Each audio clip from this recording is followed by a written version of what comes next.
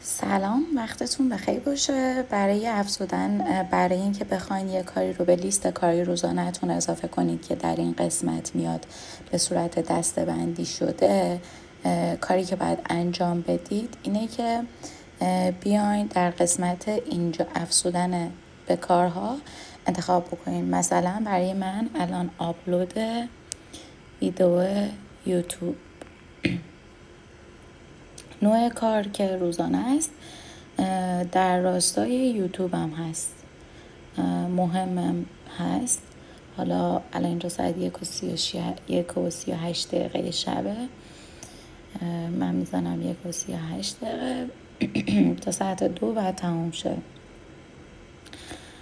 دستاوردم نیست دیگه، یعنی کار نیستش که من انجام بدم دستاوردی با ایجاد بشه. پس ایجاده که بزنم الان در دسته‌بندی، وقتی که میام پایین در دسته‌بندی یوتیوب یه کار برای من انجام شد. وقتی من این کار، اگه فرض بر این بگیریم که ما این کار یوتیوب رو انجام دادیم، اولا که اینجا میتونیم حالا یه سری گزینه ها رو بیام انجام شده یا نشده از اینجا انتخاب بکنم که انجام نشده یا شده.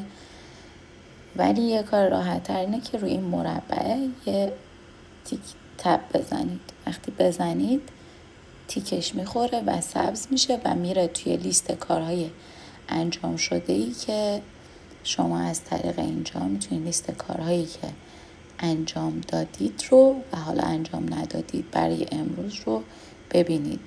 حالا برای اینکه شما تاریختون، ما یه روز از شما عقبیم، من مجبورم اینجوری بزنم.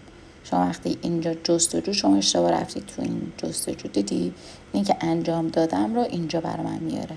اینجا در واقع کارهایی که انجام دادین رو نمایش میده و یک ارزیابی بهتون میده. اوکی؟